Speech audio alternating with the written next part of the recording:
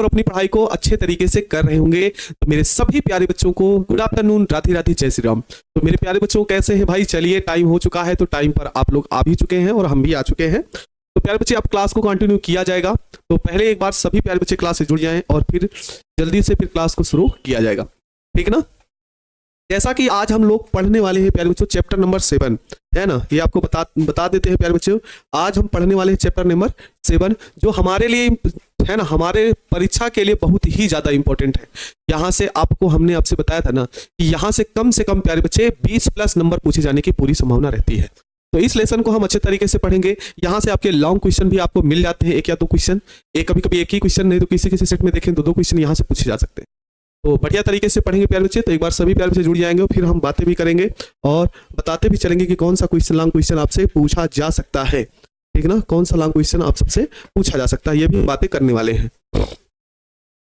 तो कैसे हो आप लोग, एक बार बताएंगे प्यारे बच्चे।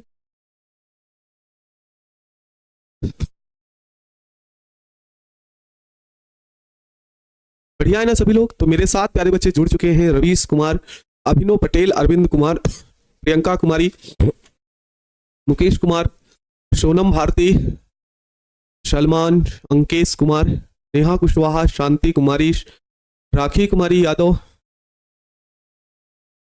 मनदीप, रोशन कुमार, मनीष अवस्थी, सुमन कुमार, नीतीश कुमार। सर ठंडा नहीं लग रहा? ठंडा लग रहा है, ऐसी बात नहीं है, लेकिन शर्ट थोड़ा सा मोटा है इसलिए चल जाता है।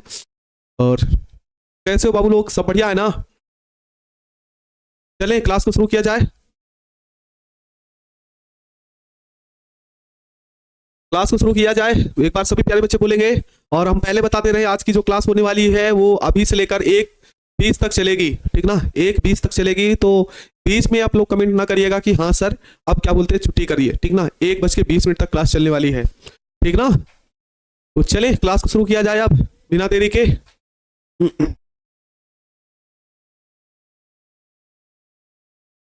चलिए प्यारे बच्चे, हाँ क्लास को क्या करते हैं, शुरू करते हैं। चैप्टर नंबर 7 है, पी ब्लॉक के एलिमेंट्स है प्यारे बच्चों।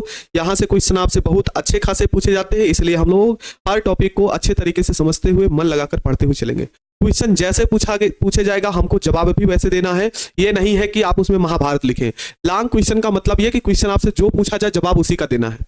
ज्यादा देंगे तब दिक्कत होगा, ठीक ना। ज्यादा जवाब देंगे तब भी दिक्कत है, कम देंगे तो तब भी दिक्कत है। इसलिए प्यारे बच्चे जरूरी है कि आप जितना बताया जाए उसी हिसाब से काम को करते हुए चलेंगे। तो चलो प्यारे बच्चे हम लोग शुरुआत करते हैं पी ब्लॉक के एलिमेंट्स। और इसमें जो पहला क्वेश्चन है ये लॉन्ग क्वेश्चन है, हम आपको पहले बता दे रहे हैं। ये प्रश्न आपसे पूछा जाएगा तो ये 5 नंबर का ही पूछा जाएगा। और पूछा जाएगा तो भैया यही प्रश्न होगा, प्रश्न का जो प्रस्ताव होगा जो आपसे कहेगा इसी तरीके से ही पूछा गया, है ना। प्रश्न कैसे पूछा जाएगा कि प्रयोगशाला में नाइट्रोजन कैसे बनाते हैं, संपन्न होने वाली अभिक्रियाओं के रासायनिक समीकरणों को लिखिए, ठीक ना। क्या लिखेंगे? प्रयोगशाला में नाइट्रोजन गैस कैसे बनाते हैं, संपन्न होने वाली अभिक्रियाओं के क्या लिखिए, रासायनिक समीकरण लिखिए। तो पहले आपसे क्वेश्चन पूछ रहा है प्यारे बच्चे कि आप प्रयोगशाला में नाइट्रोजन कैसे बनाते हैं और साथ ही संपन्न होने वाली मतलब और भी आपको अभिक्रियाएं लिखनी है। तो पहली बात, अगर लॉन्ग क्वेश्चन पूछा जाए तो आप सबसे पहले जो बनाने के लिए कहा जाए उसकी हेडिंग बना लो। तो हमने यहां पर सबसे पहले हेडिंग लिखेंगे। सबसे पहले क्या लिखेंगे? हेडिंग लिखेंगे। क्या प्यारे बच्चों? प्रयोगशाला में नाइट्रोजन गैस। हेडिंग बना लेंगे हम यहां पे, प्रयोगशाला में नाइट्रोजन गैस। हेडिंग बना लेना बढ़िया तरीके से, नाइट्रोजन गैस, ठीक ना। नाइट्रोजन गैस, ठीक है। प्रयोगशाला में आपको क्या बनाना है प्यारे बच्चों? नाइट्रोजन गैस बनानी है।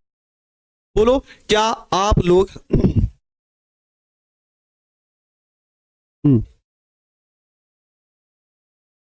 चले शुरू किया जाए। नीतीश निराला कह रहे हैं कि सर शुरुद्दीन आप सबसे पहले बेसिक चीज क्यों नहीं बताते ऑब्जेक्टिव का? ऑब्जेक्टिव में बेसिक क्या होता है बताइए ना। ऑब्जेक्टिव में बताएं इसका उत्तर ये होता है, इसका उत्तर ये होता है, तो सभी बताते हैं। आप क्या बात करते हैं? आप क्या बात करते हैं? हाँ सभी लोग हेडिंग कर लिए ना। अंकेश कुमार कह रहे पी ब्लॉक छूट गया था। बिल्कुल जो बताया जाए आप उसी पर ध्यान दीजिए, बहुत ज्यादा परेशान नहीं होने की जरूरत है, ठीक ना। आप हेडिंग लिखो बस, इसी तरीके से आपको पढ़ते हुए चलना और कुछ करना नहीं है प्यारे बच्चे, ठीक ना। क्या होगा प्रयोगशाला में, क्या होगा, देखो ध्यान से सुनोगे प्यारे बच्चे, क्या होगा, ammonium chloride, ammonium chloride, ammonium chloride व सोडियम नाइट्रेट, सोडियम नाइट्रेट नहीं, सोडियम नाइट्राइड, सोडियम नाइट्राइड के मिश्रण को, के मिश्रण को गर्म करने पर, गर्म करने पर नाइट्रोजन गैस बनती है, नाइट्रोजन गैस बनती है। ये प्रयोगशाला समीकरण, प्रयोगशाला का समीकरण है, नाइट्रोजन गैस बनती है, ठीक है ना।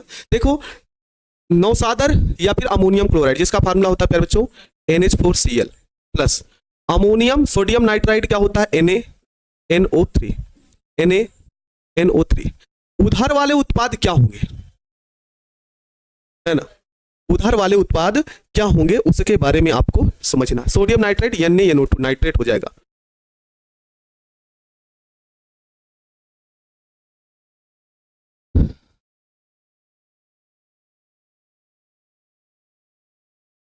अच्छा कैसे बनेगा प्यारे बच्चों, ध्यान से समझिएगा आप लोग। यहां पे NH4Cl क्या होगा NH4Cl और sodium nitride, NH4Cl ammonium chloride और सोडियम नाइट्राइड होगा क्या प्यारे बच्चों NaNO3। इन दोनों को क्रिया कराएंगे तो उधर इस सबको गर्म करेंगे, इस सबको गर्म करेंगे। तो देखो प्यारे बच्चों NH4 को आप क्या लिख सकते हो, NH4 को समझने के लिए NH3 लिख सकते हो, बोलेंगे हाँ सर, अच्छा NH3 नहीं लिखना है, इसको लिखना N single bond H4 single bond Cl ऐसे लिख लेना, प्लस अलग अलग लिख लेना, और इसको लिख लेना Na सिंगल बॉन्ड N और सिंगल बॉन्ड O2 ऐसे लिख लेना प्यारे बच्चों। अब क्या करना है, Na और Cl को एक साथ लिख लेना, Na और Cl को एक साथ लिखना तो ये बन जाएगा NaCl, बोलेंगे हाँ भैया ठीक है, Na और Cl मिलकर NaCl तो बना लेगा। अच्छा 4H और O2, 4H और O2 इन सबको क्या मिलाकर बनाएंगे, इन सबको मिलाकर बनाएंगे क्या प्यारे बच्चों 2H2O, क्या मिलाकर बनाएंगे 2H2O। H4 और O2 मिलकर क्या बनाएगा 2H2O। बचा ही क्या है, अब यहाँ पे बचा ही क्या है, तो यहाँ पर N बचा है और यहाँ पर N बचा है, और इन सबको मिलाकर आप लिख लेंगे N2, जिसका नाम है प्यारे बच्चों नाइट्रोजन गैस। क्या बोलेंगे नाइट्रोजन गैस। बोलिए किसी को कोई दिक्कत हो तो बोलोगे। क्या सभी को क्लियर है प्यारे बच्चों, क्या आप प्रयोगशाला में नाइट्रोजन गैस बनाने का समीकरण लिख सकते हैं।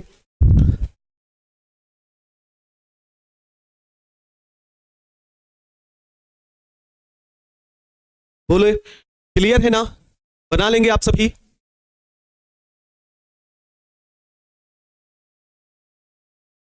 ठीक ना।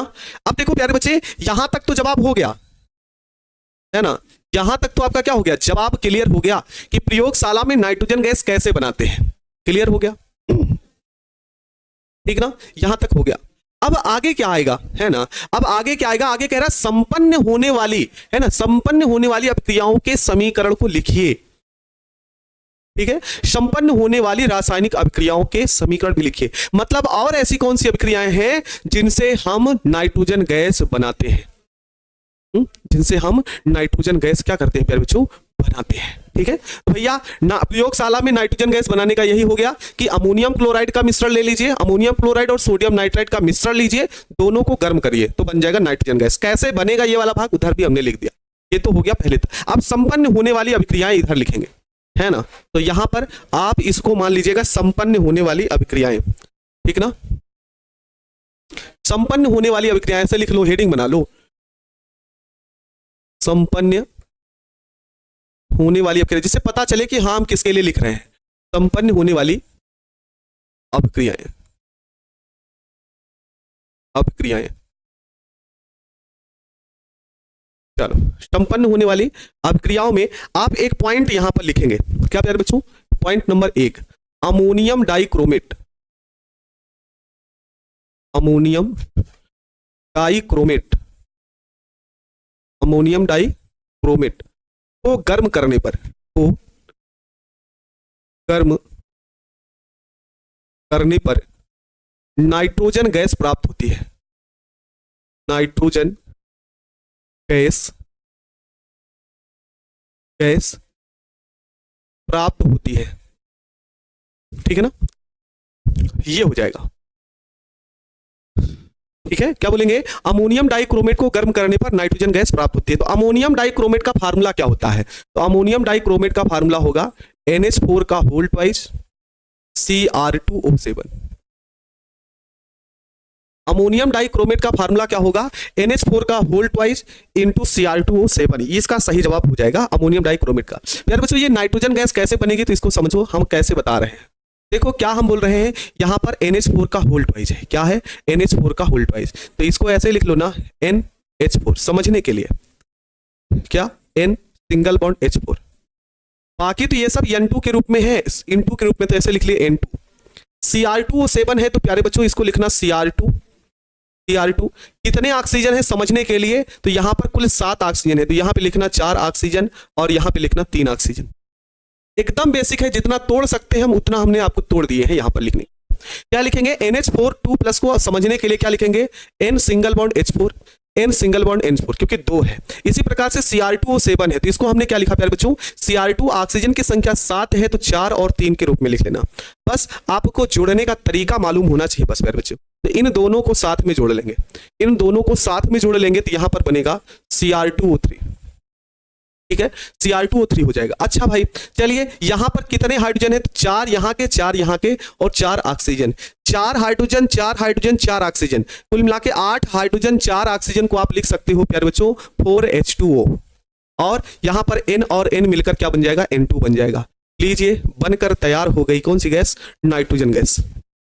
बोलो प्यारे बच्चे, समझ में आ गया?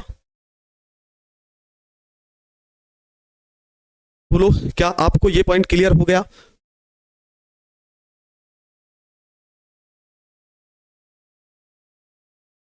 बोलेंगे सभी प्यारे बच्चे, क्या आप सभी को क्लियर हो गया?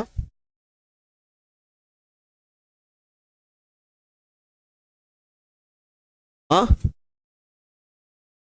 ठीक है ना। चलिए इसी में तीसरा पॉइंट लिखेंगे, बेरियम एजाइड। बेरियम एजाइड को, बेरियम एजाइड को गर्म करने पर, गर्म करने पर N2 नाइट्रोजन गैस प्राप्त होती है। N2 गैस प्राप्त होती है। ठीक है ना। चलिए, बेरियम एजाइड का फार्मूला क्या होता है प्यारे बच्चों? तो ये होता है BaN3, BN3, बेरियम है ना, BaN3। और यहां पर इसका हो जाएगा प्यारे बच्चों पूरे का होल ट्वाइस। यहां पर इसका हो जाएगा होल ट्वाइस। बस इसी को गर्म करना है ना, इसी को क्या करना है? गर्म करना है। इसी को क्या कर देना है? गर्म कर देना है प्यारे बच्चे। अब कुछ करना नहीं है, सुनिए, यहां पर Ba दिख रहा है, इसको अलग निकाल लो। Ba दिख रहा है, इसको अलग निकाल लो। तो यहां पे क्या बच रहा है? N3। क्या बच रहा है? N3। और N3 को क्या लिख सकते हो? सबको मिलाकर 2 और 3 का मल्टीप्लाई 6। 6 नाइट्रोजन परमाणु है और 6 नाइट्रोजन परमाणु को आप लिख सकते हो प्यारे बच्चों 3N2। बोलो, क्या आपको किसी प्रकार की समस्या है? बोलो, कोई दिक्कत हो तो आप लोग बोलिए। किसी को कोई समस्या हो तो पूछ सकता है कि हाँ सर यहां पे अभी हमको समस्या है।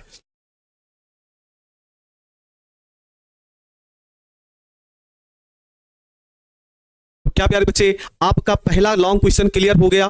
क्या आपका पहला लॉन्ग क्वेश्चन क्लियर हो गया? हम्म? हाँ, 2N3 भी नहीं लिख सकते? नहीं भाई, 2N3, क्योंकि यहां पर जो नाइट्रोजन होता है वो N2 के रूप में होता है, तो 2N3 काहे ले लिखेंगे?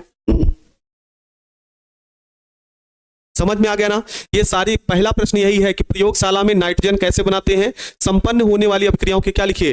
रासायनिक समीकरण लिखिए। तो प्यारे बच्चों 5 नंबर का क्वेश्चन है, तो पहले उसको प्रयोगशाला का समीकरण लिख देंगे और संपन्न होने वाली अभिक्रिया का 2 समीकरण लिख देंगे, तो आपको पूरे के पूरे 5 अंक मिल जाएंगे। पूरे के पूरे कितने अंक प्यारे बच्चे? 5 अंक मिल जाएंगे। चलिए, पहला क्वेश्चन अगर सभी को क्लियर हो गया हो तो बोलिए नेक्स्ट। चलिए सर जी, दूसरा क्वेश्चन बताया जाए। हाँ, दूसरा क्वेश्चन आप सभी को बताया जाए, एक बार सभी प्यारे बच्चे करेंगे क्लियर।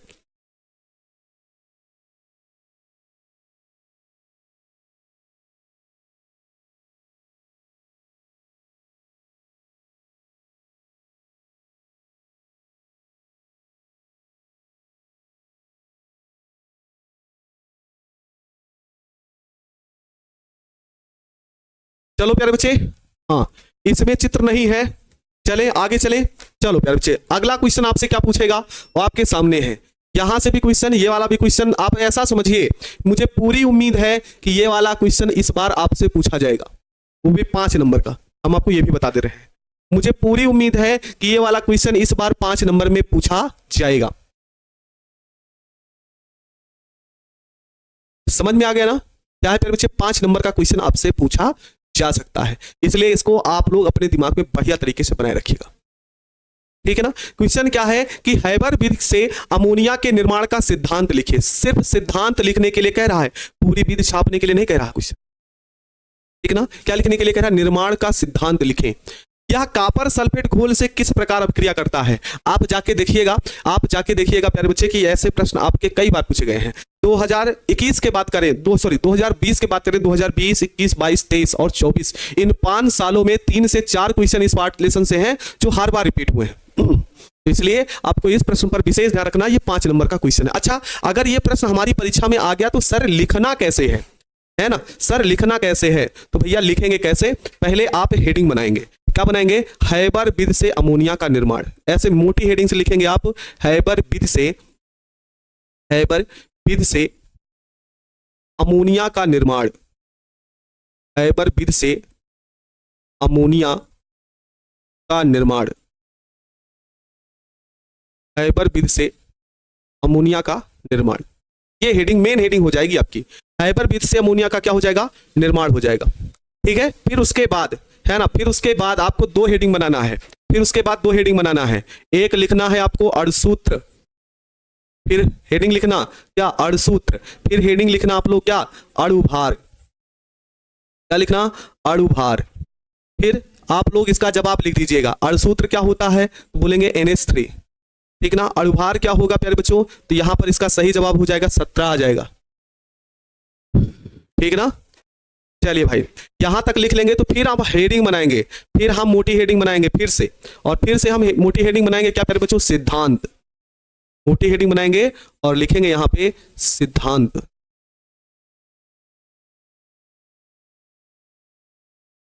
हेडिंग यहां पे लिखेंगे सिद्धांत, थ्योरी। अब थ्योरी को लिखना कैसे है ध्यान से समझिए, इसको यहीं पर थोड़ा सा छोटा करते हैं बच्चे।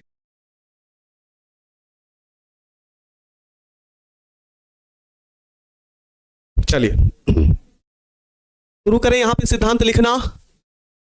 बोलो सिद्धांत लिखना बोले हम। चलो प्यारे बच्चे, सिद्धांत लिखते हैं हम लोग। क्या लिखेंगे भैया? ध्यान से समझना, क्या लिखेंगे?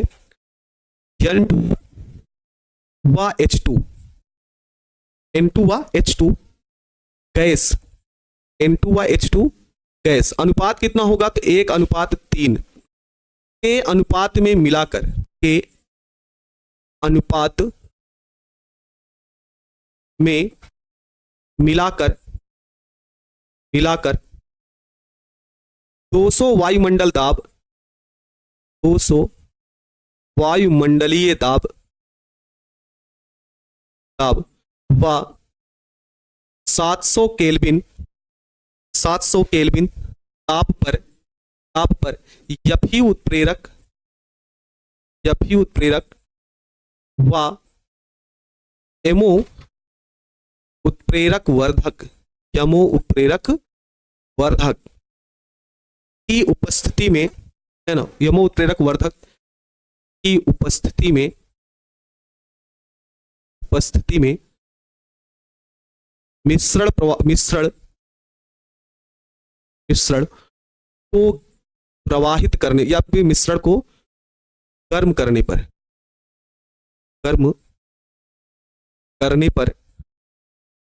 पर NH3 अमोनिया गैस प्राप्त होती है, ठीक ना।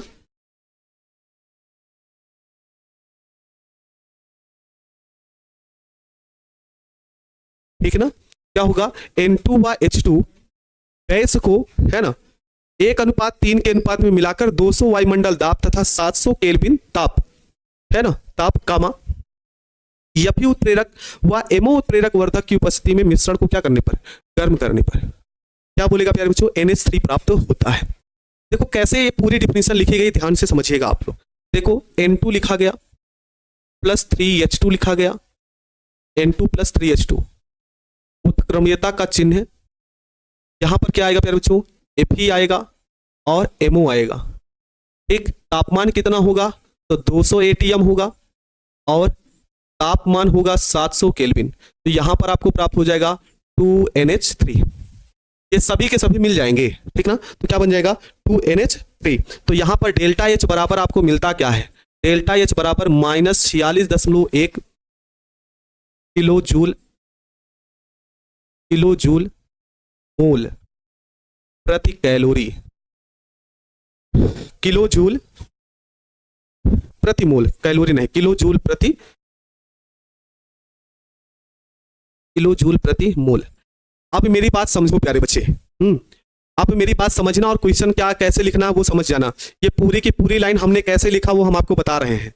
आप देख रहे हैं नाइट्रोजन को कुछ नहीं तो यहाँ पे 1 है, ठीक ना, और H2 कितना है तो 3 है, तो वही लिखा गया N2 व H2 का कितना अनुपात, 1:3। तो क्या बोलेंगे, नाइट्रोजन और हाइड्रोजन गैस को कितना अनुपात, 1:3 के अनुपात में दोनों का अनुपात ले लिया गया, मिलाया गया है ना। कितना वायुमंडल दाब पर, 200 वायुमंडल दाब तथा 700 केल्विन ताप पर, इसकी उपस्थिति में Fe उत्प्रेरक और यमो उत्प्रेरक वर्धक की उपस्थिति में क्या किया जाएगा, गर्म किया जाएगा, ठीक ना। क्या किया जाएगा प्यारे बच्चों, गर्म किया जाएगा। तो यहां पर बनेगी अमोनिया गैस और यहां से इतनी ऊष्मा आपको मिल जाएगी, डेल्टा H बराबर -46.1 किलो जूल प्रति मोल। क्या समीकरण आपको समझ में आ गया है प्यारे बच्चों, बोलिए क्या आपको समीकरण समझ में आ गया है।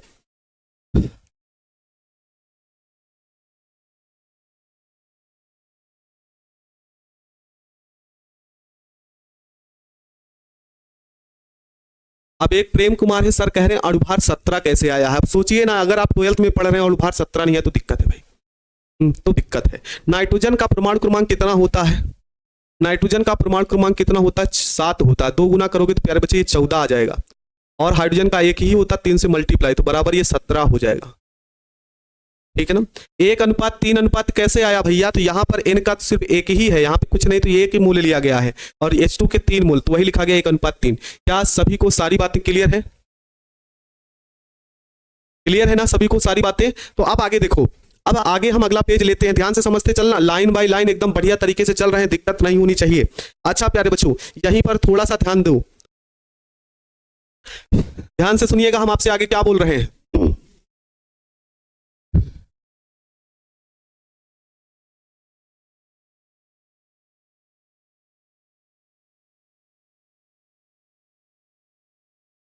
ठीक है, क्या बोलेंगे प्यारे बच्चों, तो ये अभिक्रिया कौन सी है, तो इस अभिक्रिया का नाम, ऐसे 2 एरो लगा होता है ऐसे प्यारे बच्चे, तो इस अभिक्रिया का नाम होता है उत्क्रमणीय अभिक्रिया। क्या बोलेंगे, उत्क्रमणीय अभिक्रिया। और साथ में अगर डेल्टा H का मान माइनस में मिलता है, किस चिन्ह में, माइनस में, तो अभिक्रिया आपकी कौन सी होती है प्यारे बच्चों, ऊष्माक्षेपी। कैसी अभिक्रिया है, ऊष्माक्षेपी। ये कौन सी अभिक्रिया हो गई, उत्क्रमणीय अभिक्रिया। कैसी अभिक्रिया, उत्क्रमणीय अभिक्रिया। और अभिक्रिया क्या होती है, ऊष्माक्षेपी। 2 बातें यहां पर आप लोग समझिए, क्या कह रहे हैं कि हैबरविद द्वारा जो अमोनिया का निर्माण है उत्क्रमणीय अभिक्रिया है और साथ में वो कैसी अभिक्रिया कैसी ऊष्मा देगा, ऊष्माक्षेपी अभिक्रिया देगा। क्या आपको ये बात क्लियर हो गई,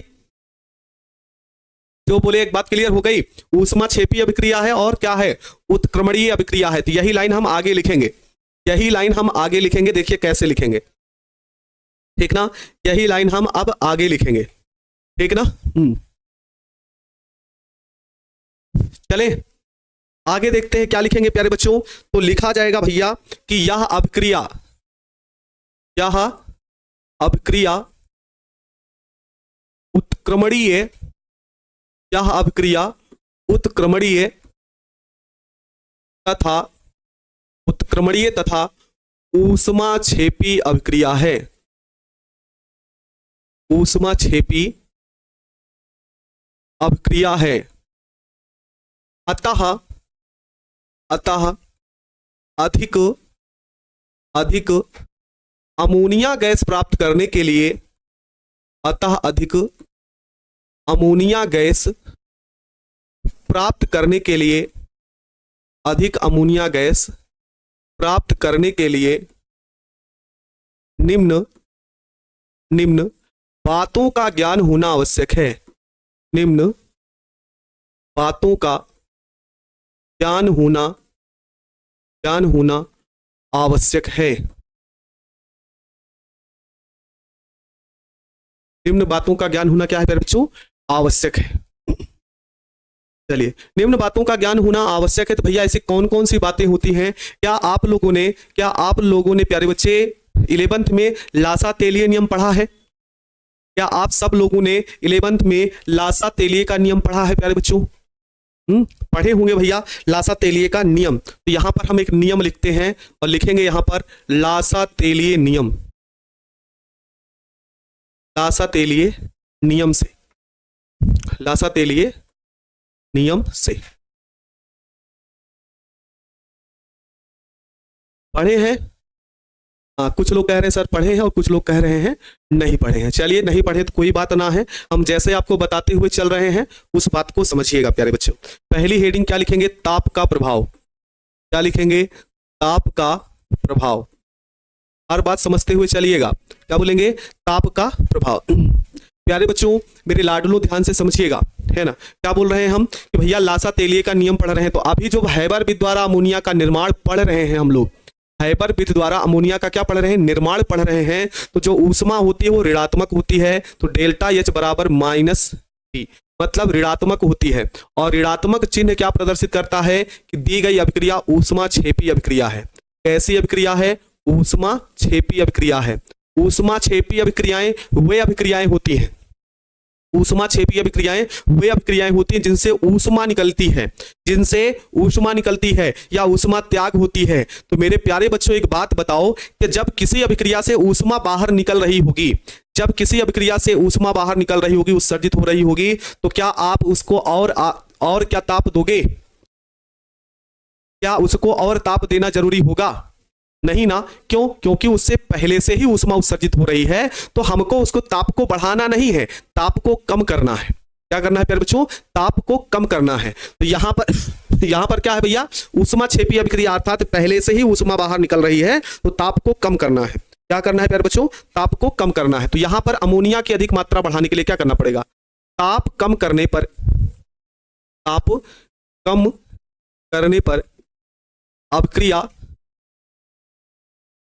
अभिक्रिया लाइन याद रख लेना, आप इसको भूलना नहीं, है ना। ताप कम करने पर अभिक्रिया अग्र दिशा में चलेगी। अग्र दिशा में चलेगी या बढ़ेगी? अग्र दिशा में बढ़ेगी। अग्र दिशा में बढ़ेगी, जिससे अमोनिया की अधिक मात्रा प्राप्त होगी।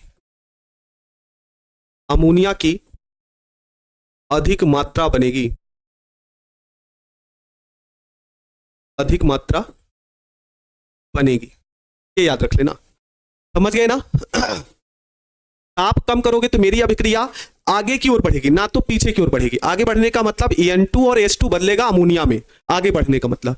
और यही ताप बढ़ा दोगे तो अभिक्रिया आगे नहीं बढ़ेगी, पीछे की ओर, अर्थात तो अमोनिया पुनः अपघटित होगी N2 और H2 में। तो अमोनिया की ज्यादा मात्रा आपको प्राप्त करनी है, तो प्यारे बच्चों ताप को कम करोगे। क्यों कम करोगे? क्योंकि भैया पहले से ऊष्मा बाहर निकल, बात समझ गए। आगे बढ़ेगी तो उत्पाद की मात्रा अधिक होगी, अर्थात अमोनिया की मात्रा अधिक होगी। ये तो पहली कंडीशन हो गई प्यारे बच्चे। दूसरा हेडिंग क्या हो गई यहां पर, जिसे हम बोलेंगे ताप का प्रभाव। जिसे हम ताप का प्रभाव हो गया तो दाब का प्रभाव होगा। दाब का, है ना, इफेक्ट ऑफ प्रेशर। इस दाब के प्रभाव की बात होगी, ठीक ना। दाब के क्या होगी प्यारे बच्चों? बात होगी दाब कैसा प्रभाव डालेगा। देखो प्यारे बच्चे, एक लाइन यहां से समझा देते हैं, यहां थोड़ा सा समझो, पहले एक लाइन समझो यहीं पर, फिर हम दाब के प्रभाव को आपको क्लियर कर देते हैं। देखो प्यारे बच्चे, जैसे ए यहां पर है, यहां पर बी है, ये बदल गया इसमें ए बी में, ठीक ना। और एक उदाहरण लिखे ए बी प्लस 3b, उत्क्रम्यता का चिन्ह AB3, ठीक ना। अब क्या होगा, हम आपसे पूछना चाहते हैं, एक जवाब पूछना चाहते हैं आप सभी से। क्या प्यारे बच्चों, यहां पर अगर आपसे पूछें भैया इधर कितने मोल हैं, ए और बी के कुल कितने मोल हैं, तो मेरे प्यारे बच्चे बोलेंगे सर 2 मोल तो हैं इधर, एक ए के और बी के, है ना। एक ए और बी तो दोनों मिलाकर 2 हो गया। अच्छा ए बी के कितने मोल हो गए, तो प्यारे बच्चे बोलेंगे सर इधर तो 1 मोल है। तो आप कहेंगे सर इधर मोल ज्यादा है, अर्थात आयतन ज्यादा है, इधर आयतन ज्यादा है, इधर आयतन कम है। इधर आयतन ज्यादा है, इधर आयतन क्या है प्यारे बच्चों कम है। इसी प्रकार से यहां पर अगर हम आपसे पूछे कि बताओ बेटा यहां पर कितना है, तो ए का 1 मूल है और बी का 3, तो कुल कितने मूल, 4 मूल। इधर कुल कितने मूल है, तो बोलेंगे प्यारे बच्चे सर इधर तो 1 ही मूल है। इधर कितना है, तो प्यारे बच्चों 1 ही मूल है, यही तो बोलेंगे ना। अब प्यारे बच्चे कहानी शुरू होती है, सुनो। अब आपसे अगर कोई कहे, अब आपसे अगर कहे प्यारे बच्चे कि बताओ यहां पर दाब का क्या प्रभाव पड़ेगा, दाब का क्या प्रभाव पड़ेगा, तो एक लाइन बोल रहे हैं, ध्यान से समझिएगा, एक लाइन बोल रहे हैं क्या प्यारे बच्चों, दाब बढ़ाते हैं, है ना, दाब बढ़ाते हैं तो अभिक्रिया उधर जाती है, दाब बढ़ाते हैं तो अभिक्रिया उधर जाती है जहां मोल ज्यादा होते हैं, दाब बढ़ाते हैं तो अभिक्रिया आगे की ओर बढ़ेगी जहां पर क्या होगा, मोल क्या होंगे प्यारे बच्चों, कम, सॉरी ज्यादा नहीं, मोल क्या होंगे, कम होंगे, मोल कम होंगे, है ना। दाब बढ़ाने पर अभिक्रिया उधर की ओर चलेगी जहां पर मोल क्या होगा, कम होगा। मेरी बात समझ में आई, दाब बढ़ाओगे तो अभिक्रिया उधर की ओर जाएगी जिधर मोल कम होगा, दाब बढ़ाओगे तो अभिक्रिया उधर जाएगी जिधर मोल क्या होगा प्यारे बच्चों, कम होगा। बोलो बात समझ गया, आ गई आप लोगों को, मोल जिधर कम होगा अभिक्रिया उधर ही जाएगी। तो प्यारे बच्चों हम समीकरण लिखते हैं, समीकरण लिखते हैं N2 + 3H2, N2 + 3H2, उत्क्रमणीयता का चिन्ह 2NH3, NH3, ठीक ना,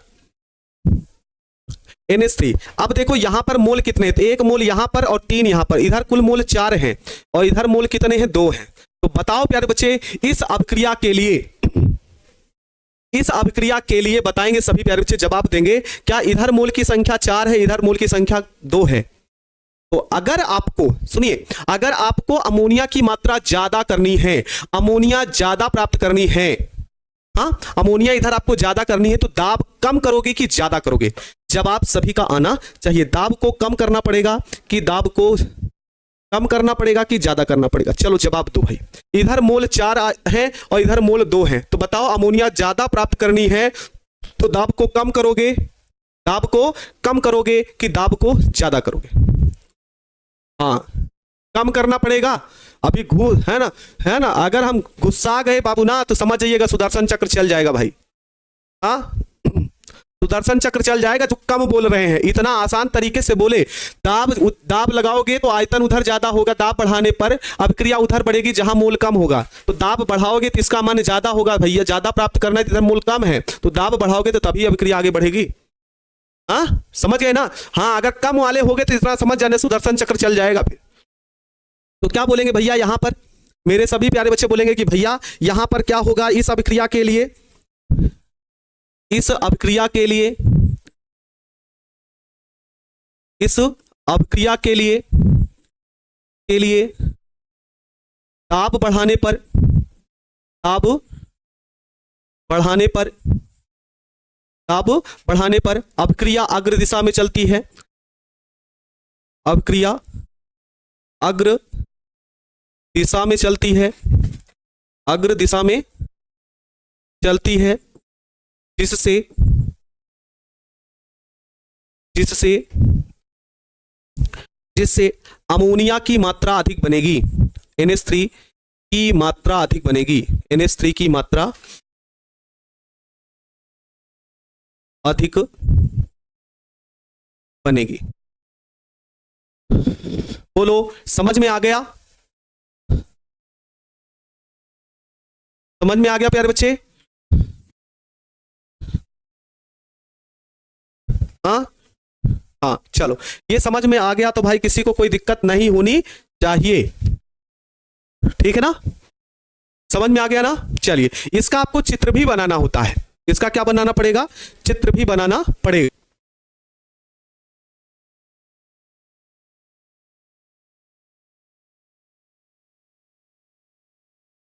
ठीक है ना, इसका क्या बनाना पड़ेगा प्यारे बच्चों, चित्र भी आपको बनाना पड़ेगा।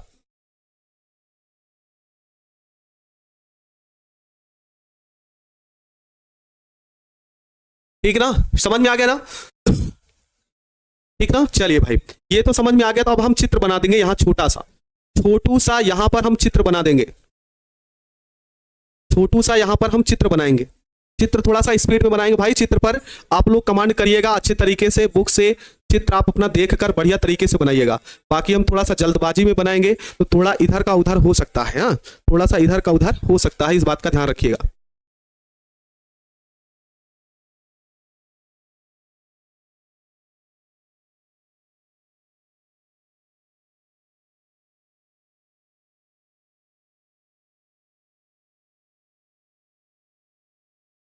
चलिए बाबू, शुरुआत हो चुकी है चित्र की।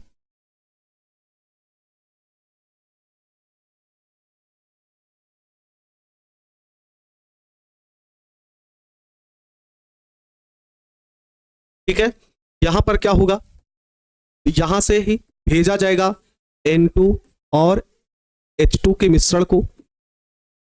इसे क्या बोला जाएगा, नाम होगा कंप्रेसर पंप। क्या बोल देंगे भैया, कंप्रेसर पंप। यहां का वायुमंडल दाब कितना होगा, 200 ATM।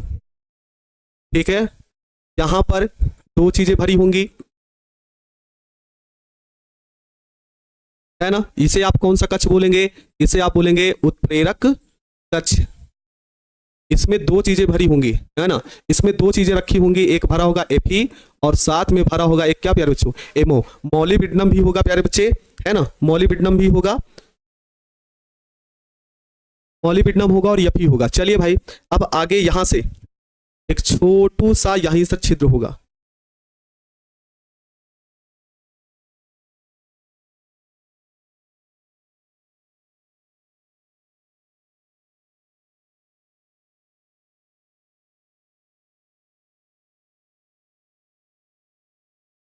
है ना, चित्र एकदम आराम से बना रहे हैं। अगर आप साथ साथ बनाते सीख सकते हैं तो चित्र साथ साथ भी बना सकते हैं प्यारे बच्चों, है ना। चित्र साथ साथ बनाना भी सीख सकते हैं आप सभी।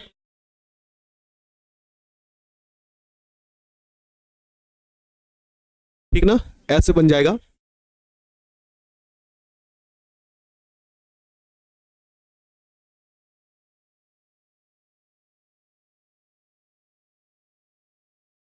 ठीक ना, ऐसे आपको हर बातें समझते हुए चलना है भैया, चित्र बनाते हुए।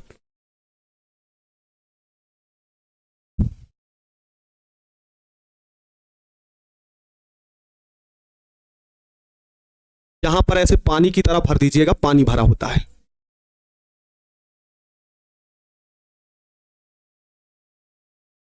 ठीक है, यहां पर आपको प्राप्त हो जाएगा ड्रॉ अमोनिया, ड्रॉ NH3। और इस कक्ष का ताप, इस कक्ष को क्या बोलेंगे, तो बोलेंगे संघनित कक्ष। क्या बोलेंगे, संघनित कक्ष। याद करें या चित्र बनाएं, चित्र भी बनाना पड़ेगा, ठीक ना, चित्र भी बनाना पड़ेगा प्यारे बच्चों। चलिए आगे क्या होगा यहां पर,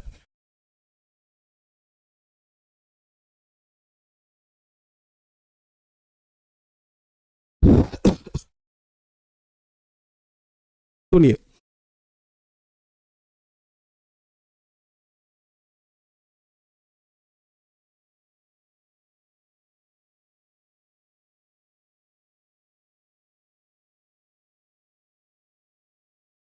चित्र की एक दो बार प्रैक्टिस जरूर करना आप लोग, चित्र की एक से दो बार कम से कम अच्छे तरीके से प्रैक्टिस करना जरूरी है। जितना ज्यादा प्रैक्टिस उतना ज्यादा चित्र आपका अच्छा, और जितना ज्यादा अच्छा चित्र उतना अच्छा नंबर ज्यादा। चलिए, ये बन गया आपका चित्र, है ना। इसे आप कौन सा बोलेंगे, रीसर्कुलेशन, रीसर्कुलेशन पंप। ठीक है, और यहां से अप्रयुक्त, अप्रयुक्त N2 प्लस H2। बस ये याद रखना, चित्र के बारे में आपको नहीं समझना है, चित्र सिर्फ बना के छोड़ देना है। चित्र सिर्फ बना के छोड़ देना और कुछ करना नहीं है। तो क्या यहां तक आप मेरी बातों को समझ चुके होंगे आप लोग, क्या यहां तक आप लोग मेरी बात को समझ चुके हैं? तो एक बार सभी प्यारे बच्चे बोलेंगे कि हाँ सर समझ में आ चुका है, आगे बताया जाए।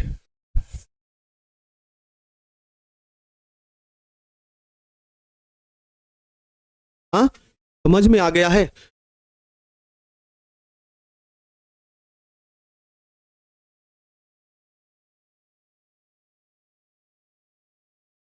क्या यहां तक सभी को मेरी बात समझ में आ चुकी है?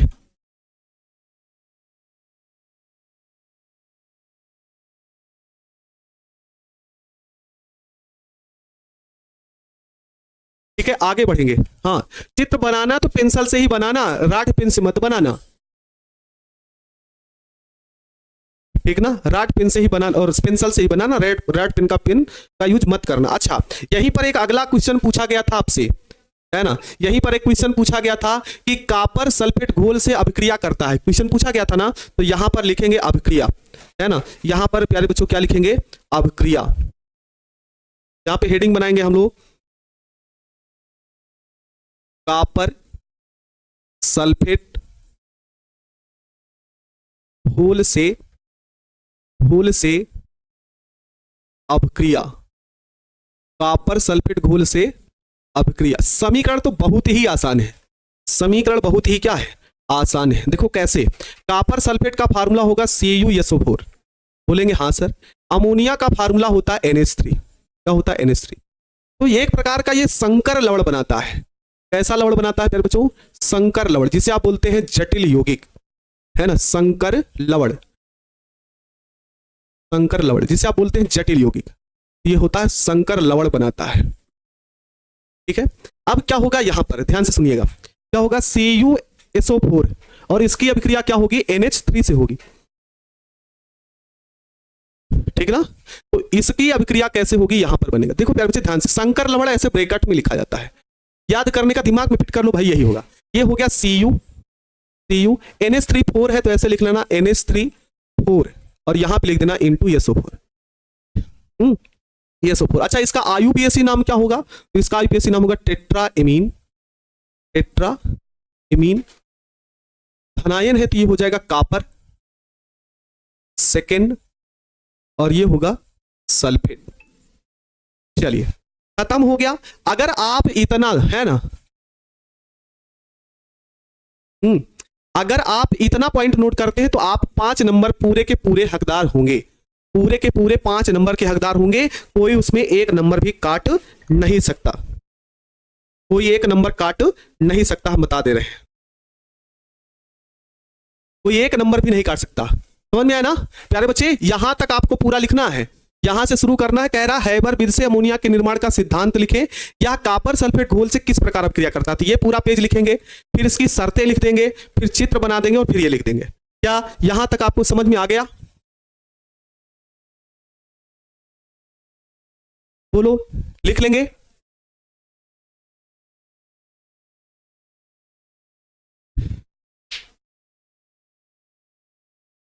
चलिए लिख लेंगे। तो प्यारे बच्चों अगला क्वेश्चन आपसे पूछता है, एक क्वेश्चन यहां से पूछेगा और ये क्वेश्चन पूछेगा तो 2 नंबर में पूछेगा। ये क्वेश्चन पूछा जाएगा तो प्यारे बच्चे 2 नंबर में पूछा जाएगा, और कह के आ रहा है, ध्यान समझिएगा, कह रहा है अमोनिया की लब्धि, लब्धि का मतलब प्यारे बच्चों यहां से होगा वृद्धि। अमोनिया की लब्धि को बढ़ाने के लिए आवश्यक स्थितियों का वर्णन करिए। कितने प्यारे बच्चे ऐसे हैं, कितने प्यारे बच्चे ऐसे हैं कि भैया इसका जवाब आप लोग लिख सकते हैं।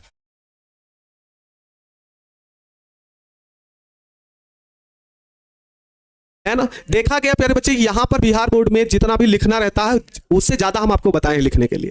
तो क्रियाविधि ना भी लिखोगे तो कोई दिक्कत नहीं है, ठीक ना, समझ गए ना। गुलफराज आलम और दिवाकर कुमार क्रियाविधि नहीं लिखोगे तभी कोई दिक्कत नहीं, क्योंकि हमने उसके सिद्धांत पूरे बता दिए, उसकी स्थितियां कौन कौन सी होगी ज्यादातर बना सकते वो भी बता दिए हैं प्यारे बच्चों, और साथ में उसका चित्र और जो समीकरण, ठीक ना, उससे आपको कोई दिक्कत नहीं होगी। क्या ये वाले प्रश्न का जवाब लिख सकते हैं, तो भैया अभी ही हमने आपको बताया है अमोनिया की अधिक मात्रा प्राप्त करने के लिए कौन कौन सी स्थितियां होती है। हाँ अभी तो बताए हैं, बिल्कुल भाई 2 नंबर का क्वेश्चन है, इसको आप सभी लिख लेंगे। चलिए, क्या आप, ये भी 2 नंबर का क्वेश्चन है, क्या बताओ इसका जवाब आप नहीं दे सकते हैं, क्या आप लोग इसका जवाब नहीं दे सकते हैं, प्यारे बच्चे बोलेंगे क्या आप इसका जवाब नहीं दे सकते हैं।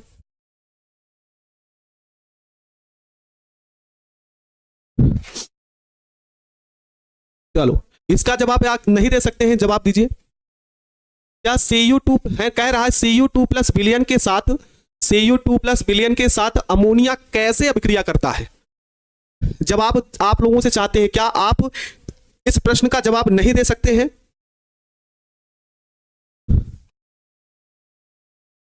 लिख सकते हैं ना, अरे भैया वही CuSO4 है ना, वही CuSO4 है, कॉपर सल्फेट के साथ अभिक्रिया लिखनी है ना, Cu+ के साथ अभिक्रिया लिख देनी है प्यारे बच्चे, और कुछ करना नहीं है।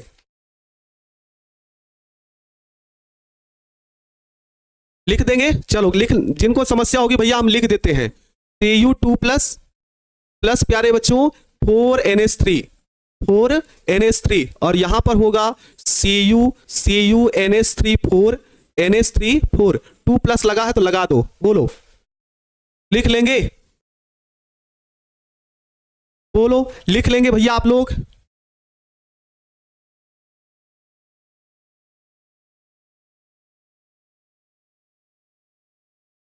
बोलो, लिख लेंगे आप लोग ना?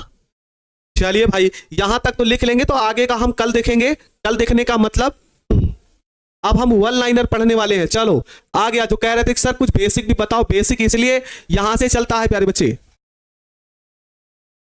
अच्छा ठीक ना, क्वेश्चन नहीं, बेसिक यहां से चलिए। यहां से अब देखिए, शुरू करें? चलो एक बार यस करो कि हाँ सर शुरू किया जाए। एक बार सभी प्यारे बच्चे बोलेंगे यस किया जाए, तो फिर आगे चला जाए। चलो जल्दी से बोलो, शुरू किया जाए। हाँ चलो शुरू करते हैं। क्या कर रहा है प्यारे बच्चों? सीधे सीधे इधर वाले ये प्रश्न है और इधर वाले उत्तर हैं ऑब्जेक्टिव के लिए, ठीक ना? चैप्टर बड़ा है, थोड़ा सा जल्दी से करेंगे प्यारे बच्चों। क्या बोलेंगे भैया कि वर्ग 16 के तत्वों को क्या कहा जाता है? तो वर्ग 16 के तत्वों को हम कहते हैं निकोजन्स। क्या बोलेंगे? निकोजन्स बोलते हैं। वर्ग 16 के तत्वों को क्या बोलते हैं? निकोजन्स कहते हैं। अगला जवाब आपसे पूछेगा कि वर्ग 15 के तत्वों का सामान्य इलेक्ट्रॉनिक विन्यास कितना होता है? तो वर्ग 15 के तत्वों का सामान्य इलेक्ट्रॉनिक विन्यास NH2NP3 होता है, ठीक है ना? अगला क्वेश्चन आपसे पूछेगा कि हंसाने वाली गैस है ना, हंसाने वाली गैस का फार्मूला क्या होता है प्यारे बच्चों? तो नाइट्रस ऑक्साइड N2O होता है। क्या होता है प्यारे बच्चों? N2O होता है। अगला क्वेश्चन कह रहा है हैबर-विद द्वारा अमोनिया के संश्लेषण में उत्प्रेरक। तो हैबर-विद द्वारा अमोनिया के निर्माण में जो उत्प्रेरक होता है प्यारे बच्चों, वो आयरन होता है। और अगर आपसे क्वेश्चन पूछ ले कि प्यारे बच्चों बताओ उत्प्रेरक वर्धक कौन सा होता है ना, उत्प्रेरक वर्धक कौन सा होता है, तो उसका सही जवाब होगा मोलिब्डेनम, MO हो जाएगा एकदम सही जवाब, ठीक है ना? वर्ग 15 हो गया। चलिए अगला क्वेश्चन आपसे पूछेगा कि सफेद जो फास्फोरस होता है उसको रखा कहा जाता है, मतलब किस द्रव में? जैसे सोडियम धातु होता है ना प्यारे बच्चे, सोडियम धातु को हम जल में किस में रखते हैं? सोडियम धातु को मिट्टी के तेल में भरकर रखा जाता है। उसी प्रकार से सफेद फास्फोरस को किस द्रव में रखा जाता है? तो जल में भरकर रखा जाता है। चलिए आगे हम लोग देखते हैं और अगला क्या आता है प्यारे बच्चों। अगले का जवाब आपसे पूछ रहा है H3PO3 की क्षारकता कितनी होती है? तो H3PO3 की क्षारकता कितनी होती है प्यारे बच्चों? 2 होती है। कैसे भैया? तो इसकी संरचना कुछ इसी तरीके से होती है ना? इसी तरीके से इसकी संरचना होती है। यहां पर OH की संख्या 2 है, इसलिए क्षारकता 2 हो गई। H3PO4 की क्षारकता कितनी पूछ रहा है? तो यहां पर OH की संख्या कुल 3 होगी। OH की संख्या कुल कितनी होगी लाडलो? 3 होगी, इसलिए क्षारकता का मान कितना आ जाएगा प्यारे बच्चों? 3 इसका सही जवाब हो जाएगा। अगला क्वेश्चन पूछ रहा है कि नाइट्रिक अम्ल के निर्माण में ऑस्टवाल्ड या फिर ओस्टवाल्ड में उत्प्रेरक क्या है? क्या पूछ रहा है? उत्प्रेरक, कह रहा उत्प्रेरक क्या है? तो उत्प्रेरक भैया प्लेटिनम होता है, PT। उत्प्रेरक क्या होता है प्यारे बच्चों? प्लेटिनम होता है। अरे एक लोग हैं महाकाल, कौन है? महाकाल महफिल। अरे महाकाल की महफिल प्यारे बच्चे, जो 2 क्वेश्चन तुम इतनी देर से परेशान हो, आगे नहीं पढ़ाई कर रहे हो, उन दोनों क्वेश्चनों का जवाब हम आगे दे चुके हैं। इसीलिए हमने कहा था कि आप उसको पढ़ लीजिएगा, वही जवाब है। प्रश्न भले वो अलग अलग शॉर्ट, पहले वो पूरा लॉन्ग क्वेश्चन में था, उसको शॉर्ट में कर दिया गया है, लेकिन आप कह रहे पहले वो दोनों क्वेश्चन बताइए। हाँ समझे?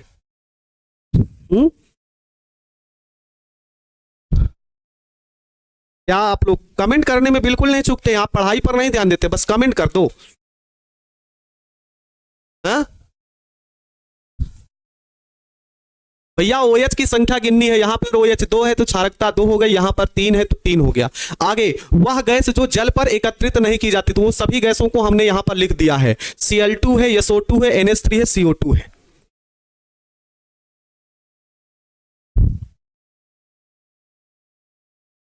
समझ में आया ना? अगला क्वेश्चन क्या है प्यारे बच्चों? अगला कह रहा है कि वह गैस जो जल पर एकत्रित होती है, तो 2 गैसों को यहां पर मुख्यतः याद रखना, H2 को और O2 को, ठीक ना? H2 को याद रखना और O2 को याद रखना अगले 2 क्वेश्चनों के लिए। चलिए अगला क्वेश्चन कह रहा है NCl3 कैसा पदार्थ है? NCl3 कैसा पदार्थ है? तो प्यारे बच्चों NCl3 बनता कैसे है? तो NCl3 बनता ऐसे है भैया, इधर होता है NH3 और इधर होता है 3Cl2। अमोनिया की होती है, क्लोरीन की होती है अधिकता, तो यहां पे बनता है NCl3 प्लस HCl। तो अगर आपसे पूछे NCl3 कैसा पदार्थ है, तो विस्फोटक है ना, पड़ोसी के घर में दगाने वाला विस्फोटक पदार्थ है, विस्फोटक है, पड़ोसी के घर में इसको जलाया जाएगा, है ना, जो बहुत जलते हैं हमसे देख कर, है ना, उन्हीं के घर में जब हम लोग पास होंगे, बढ़िया नंबर आएगा तो उन्हीं के घर में ले जाकर दगाएंगे, है ना। ऐसा करना नहीं, सिर्फ मजाक कर रहे हैं। तो कहोगे कि हमारे गुरुजी ने सिखाया है कि हम पास होंगे तो ले जाकर हम क्या करेंगे, उसी में ले जाकर हमको छोड़ने के लिए कहे थे। नहीं बाबू, है ना, ऐसा नहीं करना, नहीं तो फिर दिक्कत हो जाएगा, ठीक ना। चलो NCl3 क्या है, विस्फोटक पदार्थ है। चलो अगला क्वेश्चन क्या पूछ रहा है, हाइबर विधि द्वारा अमोनिया के संश्लेषण में प्रयुक्त उत्प्रेरक वर्धक कौन है, तो मॉलिब्डेनम है, MO है जाएगा। अम्लराज जिसे हम एक्वा रेजिया के नाम से जानते हैं, क्या है, एक्वा रेजिया के नाम से जानते हैं। और कह रहा है कि क्या मिश्रण होता है, तो 3 भाग HCl होता है और 1 भाग HNO3 होता है। 3 भाग HCl होता है और 1 भाग HNO3 होता है, ये आप सभी याद रखेंगे। चलिए अगला क्वेश्चन पूछा, नाइट्रस ऑक्साइड की प्रकृति कैसी होती है, ठीक ना। नाइट्रस ऑक्साइड की प्रकृति कैसी होती है, तो नाइट्रस ऑक्साइड की प्रकृति प्यारे बच्चे उदासीन होती है। अगला क्वेश्चन कह रहा है, अमोनियम डाइक्रोमेट को गर्म करने पर कौन सी गैस निकलती है, तो जवाब आपका होना चाहिए कि अमोनियम डाइक्रोमेट को गर्म करने पर नाइट्रोजन गैस निकलती है, ठीक है। अगला क्वेश्चन कह रहा है कि अमोनिया जो होता है वो लाल लिटमस पेपर को नीला कर देता है। तो अमोनिया जो है प्यारे बच्चों वो क्षार है, अमोनिया क्या है, क्षार है, और क्षार लाल लिटमस पेपर को क्या करता है, नीला कर देता है, लाल लिटमस पेपर को क्या करता है, नीला कर देता है। अगला क्वेश्चन आपसे पूछना चाहता है कि नाइट्रिक अम्ल का सूत्र क्या होता है। हाय देखिए गलत लिख दिए, उल्टा लिख दिए हैं, तो इसका सही जवाब हो जाएगा प्यारे बच्चों HNO3। नाइट्रिक अम्ल का ये फार्मूला हो जाएगा, नाइट्रिक अम्ल का फार्मूला होगा HNO3। अगला क्वेश्चन पूछा है प्यारे बच्चों, फास्फीन का फार्मूला क्या होगा, तो फास्फीन का फार्मूला हो जाएगा PH3। इसी प्रकार से ये वाला क्वेश्चन इंपॉर्टेंट है, याद रख लेना। नाइट्रोजन की महत्तम संयोजकता कितनी होती है, तो नाइट्रोजन की महत्तम संयोजकता होती है प्यारे बच्चों कितना, 4 होती है, एकदम सही जवाब हो जाएगा, ठीक है। अगला क्वेश्चन कह रहा है NH3 अमोनिया पर नाइट्रोजन पर संकरण कितना होता है, NH3 में N पर संकरण कितना होता है, तो प्यारे बच्चों sp3 होता है, कितना होता है sp3, एकदम सही जवाब हो जाएगा। चलिए अगला क्वेश्चन कह रहा है कि भैया PCl5 किसके रूप में कार्य करता है, तो PCl ऑक्सीकारक के रूप में कार्य करता है। PCl5 किसके रूप में कार्य करता है, तो ऑक्सीकारक के रूप में कार्य करता है। अगला क्वेश्चन कह रहा है उजला और सफेद फास्फोरस का सूत्र क्या होता है, तो P4 होता है। उजला और सफेद फास्फोरस का सूत्र क्या होता है, तो P4 होता है। N2 व NO की प्रकृति कैसी होती है, तो उदासीन होती है। एग्जाम्पल याद रख लेना, है ना, एग्जाम्पल याद रख लेना, सीधे सीधे क्वेश्चन ऐसे पूछ लिए जाएंगे आपसे। अब किन एक तो हो गई उदासीन, तो भैया कौन कौन सा अम्लीय होता है, तो N2O3, NO2, N2O4, N2O5, इन सब की प्रकृति कैसी होती है, तो प्यारे बच्चे इन सब की प्रकृति होती है अम्लीय, अम्लीय होती है, ठीक है ना, अम्लीय होती है। अगला क्वेश्चन आपसे पूछा जाएगा H4P2O6, H4P2O6 की क्षारकता कितनी होती है, P4 होती है। मेरे प्यारे बच्चों मेरे पूरा वो है कि आपके ऑब्जेक्टिव भी क्वेश्चन ना छूटने पाए, सब्जेक्टिव भी क्वेश्चन ना छूटने पाए, इसलिए हम ऐसा कर रहे हैं। मेहनत करना पड़ेगा भाई, अच्छा कुछ करना है तो मेहनत करना ही पड़ेगा। चलो आगे देखो क्या कह रहा है, H4P2O7, H4P2O7 की क्षारकता कितनी होती है, तो 4 होती है। H3PO4 की क्षारकता कितनी होती है, तो 1 होती है। H4P2O5 की क्षारकता कितनी होती है, 2। पूछे क्षारकता जहां से मन करे वहां से पूछे, पूछे जहां से मन करे, है ना, हर क्वेश्चन हम पढ़ के बैठे हैं, जहां से मन करेगा वैसे क्वेश्चन पूछे, हमको कोई दिक्कत नहीं है। अगला क्वेश्चन पूछ रहा है प्यारे बच्चों कि फास्फोरस का कौन सा अपरूप सबसे अधिक क्रियाशील है, तो फास्फोरस का सबसे अधिक क्रियाशील कौन सा भाग होता है, तो पीला वाला जो अपर रूप होता है वो सबसे ज्यादा क्रियाशील होता है। फास्फोरस की परमाणुकता कितनी होती है, तो प्यारे बच्चे फास्फोरस का जो फार्मूला होता है वो P4 के रूप में होता है। तो यहां पर आप संख्या देख रहे हैं 4 है, इसलिए परमाणुकता का मान कितना हो जाएगा, 4, एकदम सही जवाब हो जाएगा। अगला क्वेश्चन पूछेगा होम्स सिग्नल में प्रयुक्त, आपको याद होना चाहिए हम गए थे समुद्र, है ना, समुद्री यात्रा करने, है ना, हम लोग पढ़ाई लिखाई करके कहां गए थे, समुद्री यात्रा करने के दौरान, और हमारा जहाज डूब गया था, याद आया कुछ, हाँ, हमारा जो जहाज था पानी वाला वो समुद्र में डूब गया था, याद है आप लोगों को, है ना। जब डूब गया था जहाज तो हम दूसरे को बुलाने के लिए कुछ ना कुछ प्रयोग किए थे, तो वही था होम्स सिग्नल। और होम्स सिग्नल के रूप में क्या है प्यारे बच्चों, CaC2, है ना, कैल्शियम कार्बाइड, और CA3P2 जिसे बोलते हैं कैल्शियम फास्फाइड, इन्हीं दोनों का प्रयोग, हाँ, आग लगा दिए थे हमने, पानी में भी क्या लगाया है, आग लगाया, आप लोगों को पता है, है ना, पानी में भी आग लगा है। चलो अगला बताओ, कह रहा होम सिग्नल में प्रयुक्त पदार्थ क्या होता है भैया, फास्फीन, जो आग लगती है फास्फीन की होती है। अगला क्वेश्चन कह रहा वर्ग 16 के तत्वों को क्या कहा जाता है, तो वर्ग 16 के तत्वों को कैल्कोजन कहा जाता है। वर्ग 16 के तत्वों को क्या बोला जाता है, कैल्कोजन कहा जाता है। और कैल्कोजन का जो शाब्दिक अर्थ होता है अयस्क बनाने वाले, क्या होते हैं प्यारे बच्चे, हाँ अयस्क बनाने वाले। चलो वर्ग 16 में कौन कौन से तत्व आते हैं, तो ओल्ड स्टाइल से टीपो, प्यारे बच्चे, ऑक्सीजन, सल्फर, सेलेनियम और क्या, टेलुरियम। अगला क्वेश्चन कह रहा है प्यारे बच्चों, S8 अणु में सल्फर की ऑक्सीकरण संख्या कितनी होती है। ऑक्सीकरण संख्या भी पूछ रहा है और संयोजकता पूछ रहा है, तो ऑक्सीकरण संख्या 0 होगी और संयोजकता का मान 2 होगा प्यारे बच्चे, ठीक है। अगला क्वेश्चन क्या पूछ रहा है, मार्शल अम्ल किसे कहते हैं, तो मार्शल अम्ल कौन सा होता है प्यारे बच्चों, H2S2O8, ठीक है। चलो अगला, कौन सी H2SO4 में घुलकर अमोनियम बनाती है, मतलब ये क्वेश्चन पूछ रहा है कौन सी गैस है ऐसी, कौन सी गैस H2SO4 में घुलकर ओलियम बनाती है, तो SO3 है, प्यारे बच्चों।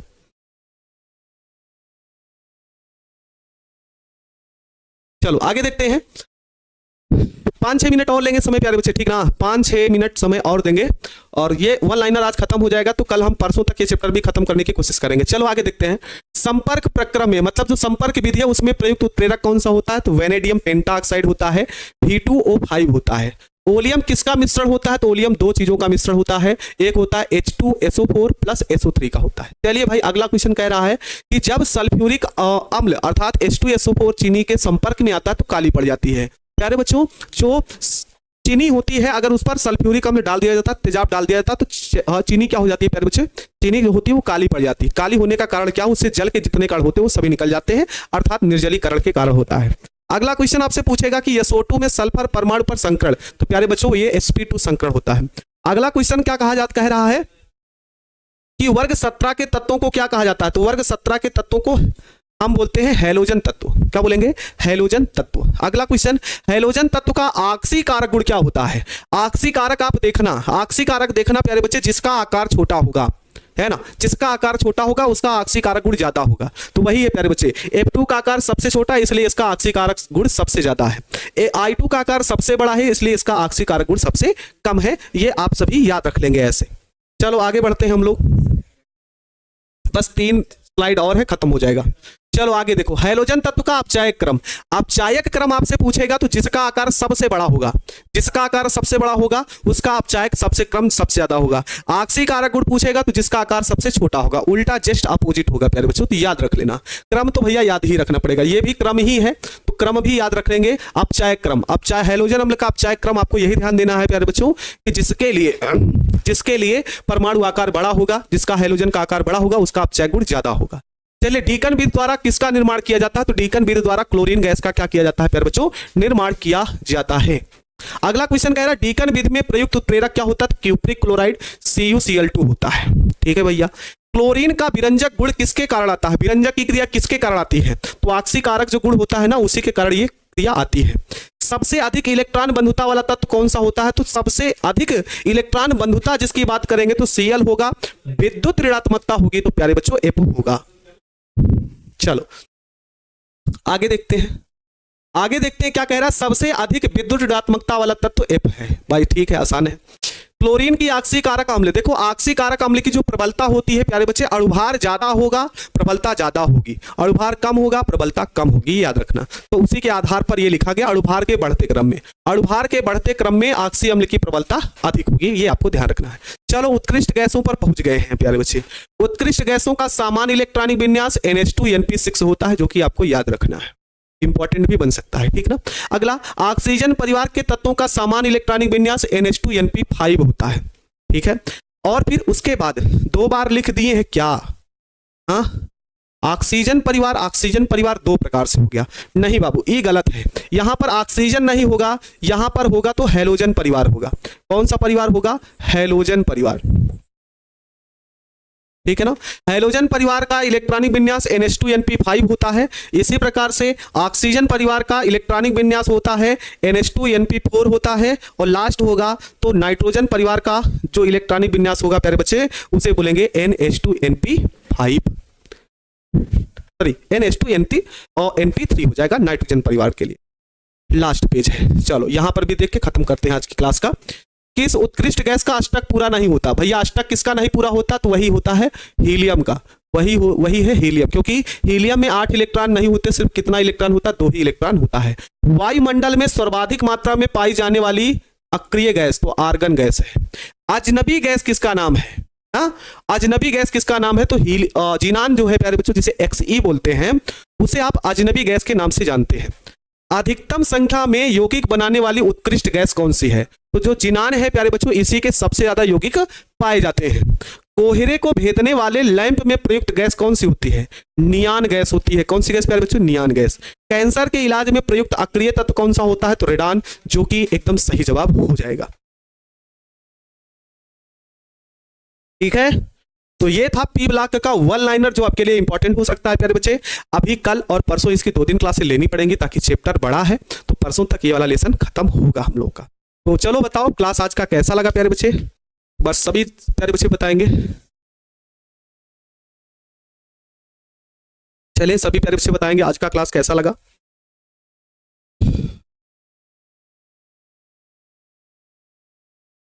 अच्छा, खेलेगा फ्री फायर? अभी आते हैं हम, तुमको खिलाते हैं।